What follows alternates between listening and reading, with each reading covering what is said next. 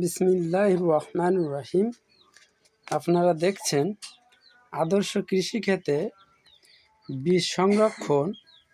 কিছু কিছু বীজ আদর্শ কৃষিক্ষেত্রে সংরক্ষণ করে থাকে, যেমন উচ্ছে।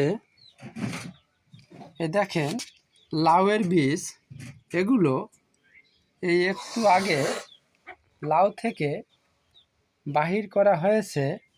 বীজগুলো কত সুন্দর, পুষ্ট ও চকচকে।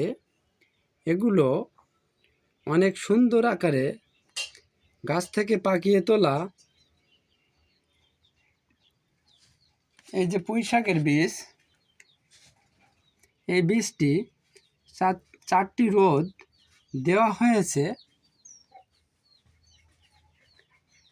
এই যে পুঁই শাকের বীজ দেখছেন, এই বীজটি 5 থেকে 6টি রোদ দেওয়া হয়েছে।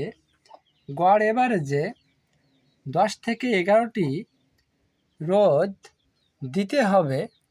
তার কারণ, যত বেশি শুকানো যাবে, দেখা যাচ্ছে 10 থেকে 11টি রোদ দিলে বীজের অঙ্কুরোদ গজানোর ক্ষমতা অনেক বেশি হয়ে থাকে।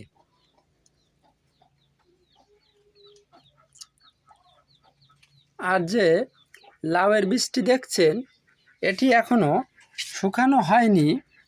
এগুলো সুন্দর করে শুকিয়ে, একটি রোদ দিয়ে শুকিয়ে ভিটাভেক্স 85 WP ব্যবহার করে সুন্দর করে 10 থেকে 11টি রোদ দিয়ে বীজটি সংরক্ষণ করা হবে।